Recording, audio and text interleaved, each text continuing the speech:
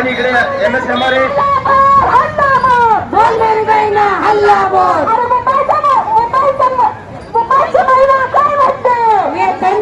नाही म्हणते एक जबाबदार कर्मचारी आहोत. समोरचा जो रस्ता आहे त्या रस्त्यावर आपण उभे राहिलोय तो एकाच बाजूला चालू आहे.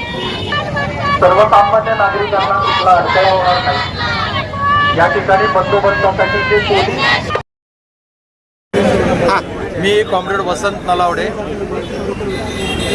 इन्शुरन्स, बँकिंग आणि CITU तर्फे बोलतोय.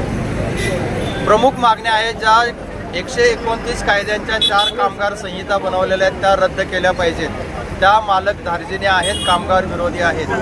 नंबर 2, विमा क्षेत्रामध्ये 100% FDI आणायचा जो निर्णय सरकारने घेतला आहे त्यामुळे देशातील घरेलू बचत जी एखाद्या दागिन्याप्रमाणे असते ती परदेशी भांडवलाच्या ताब्यात जाईल, ती रद्द झाली पाहिजे. नंबर 3, आता राष्ट्रीयकृत बँकांची संख्या 27 वरून त्यांनी 12 पर्यंत आणली, ती 4 वर आणायचे. हे जनतेच्या हिताच्या विरुद्ध आहे. खेडोपाडी या बँका जाणार नाहीत. त्याच पद्धतीने जनरल इन्शुरन्सच्या 4 कंपन्या आहेत आणि एक 5वी GIC री विकण्यासाठी या सरकारने लंडन आणि सिंगापूरमध्ये मेळावे घेतले, त्याला आमचा विरोध आहे. शेवटची मागणी, नवीन जे अमेरिकेबरोबर डील केलेली आहे त्यात शेतकरी, सोयाबीन उत्पादक, ऊस उत्पादक, कापूस उत्पादक, डाळी उत्पादक या सगळ्यांची वाट लागणार आहे, त्याला आमचा विरोध आहे.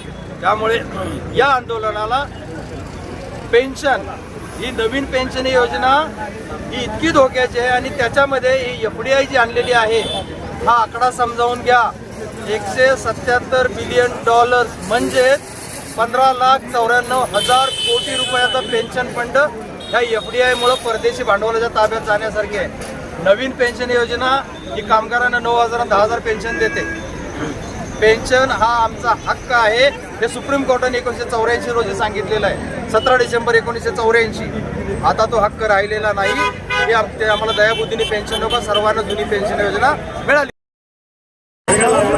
आज पूर्ण प्रमुख राष्ट्रीय 11 संघटना पूर्ण संपात उतरलेल्या आहेत आणि आपण आज सुद्धा जिल्हाधिकारी, पूर्ण महाराष्ट्रात जिल्हाधिकारी धरणे आंदोलन, सत्याग्रह आंदोलन नियोजित केलं आहे. ही प्रमुख मागणी आहे की पेन्शनसारखा मुद्दा आहे की पेन्शन, जुनी पेन्शन ही मिळालीच पाहिजे. त्याचबरोबर कामगार कायदे जे आहेत ते 4 संहितेत रूपांतर केलं आहे, त्याच कामगारांची कवच कुंडलं काढून टाकलेली आहेत. त्याचमुळे सुशिक्षित बेरोजगारांना रोजगार नाही, ही शासन दिशाभूल करत आहेत. त्याचबरोबर महत्त्वाचं म्हणजे संघटन आहे की एक पूर्ण संघटना सर्व शासनाच्या संपवण्याचा घाट घातलेला आहे. की प्रत्येक संघटना ही कशी संपवली जाईल याकडे शासन लक्ष देत आहे. शासनानं सत्तेवर येत असताना राज्य कर्मचारी संघटनेनं जी आश्वासनं दिली होती त्या आश्वासनाचं आज शासनाला विसर पडलेला आहे. एकही आश्वासन दिलेलं आहे त्याचं आजपर्यंत पालन केलेलं नाही आणि त्यामुळं आज संपूर्ण कामगारांना, कर्मचाऱ्यांना रस्त्यावर उतरण्याची वेळ आलेली आहे. आणि ही रस्त्यावरची वेळ आज आम्ही शासनाचा याद्वारे निषेध करत आहोत की भविष्यात की बेमुदत संपाला सामोरं जाण्याचा आम्ही शासनाला सूचना दिली आहे की जर याच्यावर लक्ष दिलं नाही तर आम्ही बेमुदत संपाला उतरवू. देशातील कष्टकरी कामगारांच्या प्रमुख 11 संघटना आणि या प्रमुख 11 संघटनांसह अखिल भारतीय राज्य सरकारी कर्मचारी महासंघ असे देशभरातले राज्य सरकारी कर्मचारी 70 ते 80 लाख आणि एकूणच कष्टकरी कामगार ज्याला आपण वर्किंग क्लास म्हणतो असे करोडो कर्मचारी आज रस्त्यावर 1 दिवसांचा नॅशनल संप करतायत. या नॅशनल संपाच्या माध्यमातून या देशभरातील कष्टकऱ्यांची जी गळचेपी केली जाते ते या कामगार साहित्यांना, या सरकारी कर्मचाऱ्यांचा आणि एकंदरीत कामगार वर्गाचा तीव्र विरोध आहे आणि त्याच्या निषेधार्थ हे संपूर्ण कर्मचारी वर्ग, कामगार वर्ग आज रस्त्यावर उतरला आहे. आज केंद्र सरकारनं, मग केंद्र सरकारचं कुठलंही विभाग असो, केंद्र सरकारचा LIC असो, बँकिंग असो, हे सर्व जे डिपार्टमेंट आहेत, हे सर्व जे युनियन्स आहेत या संपवण्याच्या दृष्टिकोनातून वाटचाल सुरू केलेली आहे. सद्यस्थितीमध्ये कुठल्याही नागरिकाला कायमस्वरूपी रोजगार मिळू नये अशा पद्धतीची एक व्यवस्था शासनाच्या माध्यमातून केली जाते.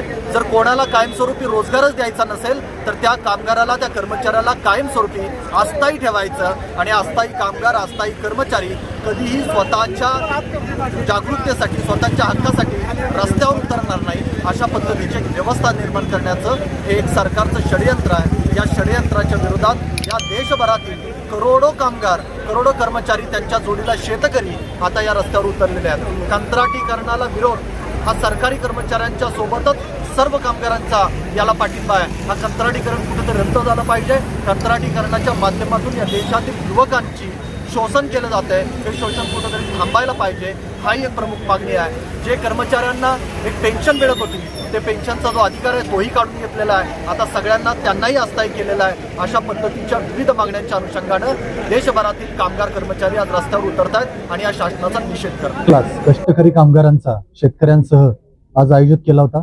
सातारा जिल्ह्यामध्ये विविध संघटनांच्या वतीनं मग त्या कष्टकऱ्यांच्या होत्या, कामगारांच्या होत्या, घरेलू कामगारांच्या होत्या, आशा अंगणवाडी वर्कर्सच्या होत्या, राज्य सरकारी कर्मचारी, केंद्र सरकारी कर्मचाऱ्यांच्या होत्या. हे सर्व कर्मचारी आज सकाळपासून 11 वाजल्यापासून दुपारी 1 वाजल्यापासून जिल्हाधिकारी कार्यालयाच्या समोर निदर्शनं करतात.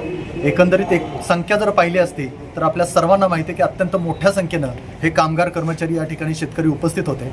यानंतर घोषणांच्या नंतर, भाषणांच्या नंतर माननीय जिल्हाधिकाऱ्यांना एकत्रित निवेदन देण्यासाठी या कर्मचाऱ्यांचे, कामगारांचे प्रतिनिधी जिल्हाधिकारी कार्यालयात आले होते. आम्ही जिल्हाधिकारी महोदयांची साधारणतः 1 तास वाट पाहिली, परंतु बहुधा जिल्हाधिकारी महोदयांना या जिल्ह्यातील कष्टकरी, कामगार, सरकारी कर्मचारी यांचं निवेदन घ्यायला वेळ नसावा. त्यामुळे आम्ही शेवटी निर्णय घेतला वाट पाहून, आणि आम्ही आता निवेदन न देताच आम्ही जिल्हाधिकारी कार्यालयातून बाहेर पडतो.